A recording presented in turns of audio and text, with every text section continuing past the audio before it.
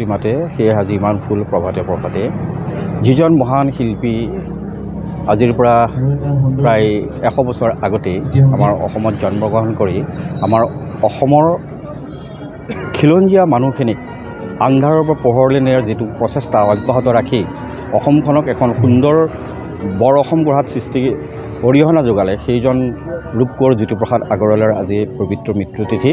আজি তেখেতলৈ আমি কলীয়া ভোমোৰা শাখা সাহিত্য সভাৰ তৰফৰ পৰা আন্তৰিক শ্ৰদ্ধাঞ্জলি নিবেদন কৰিছোঁ।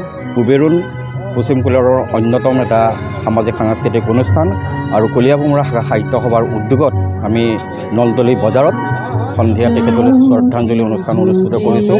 আপোনালোক আহিছে, আপোনালোকক আমি আন্তৰিক ধন্যবাদ জ্ঞাপন কৰিছোঁ। যিগৰাকী মহামনীষীয়ে অসমখনক এখন সুন্দৰ অসম, এখন ফুলৰ নিচিনা সুবাসিত অসম গঢ়িবৰ কাৰণে যে অপ্ৰাণ চেষ্টা, মাত্ৰ 48টা বছৰত তেওঁ অসমৰ কাৰণে যিমানখিনি সাহিত্য সংস্কৃতিকে লৈ যিমানখিনি অৰিহণা আগবঢ়ালে সেইজন পুৰুদ্ধ ব্যক্তিক কলীয়া ভোমোৰা শাখা সাহিত্য সভাৰ পূৰ্বেৰে আন্তৰিক শ্ৰদ্ধাঞ্জলি জনাইছোঁ।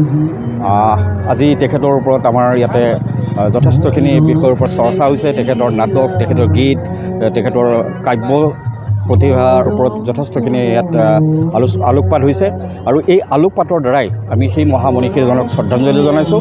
আৰু অনাগত সময়ত অসমৰ এক উল্লেখযোগ্য অনুষ্ঠান অসম সাহিত্য সভাৰ শাখা হিচাপে কলীয়া ভোমোৰা শাখা সাহিত্য সভাই অনাগত সময়ত এই অঞ্চলৰ নৱপ্ৰজন্মক অসমীয়া সংস্কৃতিৰ ধাৰাটোত আগবাঢ়ি কেনেকৈ লৈ যাব পাৰোঁ তাৰ প্ৰচেষ্টা আমি অব্যাহত ৰাখিছোঁ। কুবেৰুণে অব্যাহত ৰাখিছে। পৰৱৰ্তী সময়ত অনাগত সময়তো আমি যাতে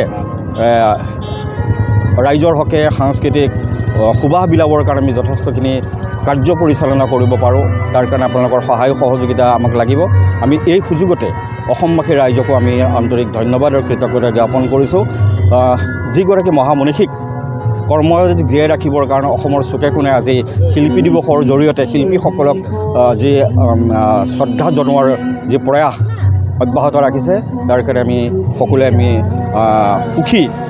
যিহেতু আমি মহাপুৰুষ শ্ৰীমন্ত শংকৰদেৱৰ যি সৃষ্টি, সেই সৃষ্টিৰে লৈ মহাপুৰুষ মাধৱদেৱ, আপোনাৰ জ্যোতিপ্ৰসাদ আগৰৱালা, বিষ্ণু ৰাভা, ভূপেন হাজৰিকা, পাৰ্বতী প্ৰসাদ বৰুৱা সকলোৰে যি সংমিশ্ৰণত অসমীয়া বৰজাতি হিচাপে গঢ় লৈ উঠিছে তাৰ কাৰণে আমি বহুত আনন্দিত, গৌৰৱান্বিত। আমি তেওঁলোকৰ পদাঙ্কণৰে যাতে আমি আগবাঢ়ি যাব পাৰোঁ সেয়ে আমি আশা ৰাখি আজিৰ এই অনুষ্ঠান আমি অনুষ্ঠিত কৰিছোঁ আৰু আপোনালোক অহাৰ কাৰণে ধন্যবাদ জনাইছোঁ। আমাৰ আজি ইয়াত উপস্থিত যি 3গৰাকী ব্যক্তিক, শিল্পীক আমি সম্বৰ্ধনা জনাইছোঁ। এই শিল্পীসকলৰ ভৱিষ্যত জীৱন আমি উজ্জ্বল কামনা কৰিছোঁ আৰু সকলোৰে আজিৰ এই পবিত্ৰ দিনটোত সুখ সমৃদ্ধি আৰু শিল্প সংস্কৃতিৰ প্ৰতি মনোনিৱেশ এই গোটেইখিনি কামনা কৰিছোঁ আৰু সকলোকে ধন্যবাদ জনাইছোঁ। ধন্যবাদ।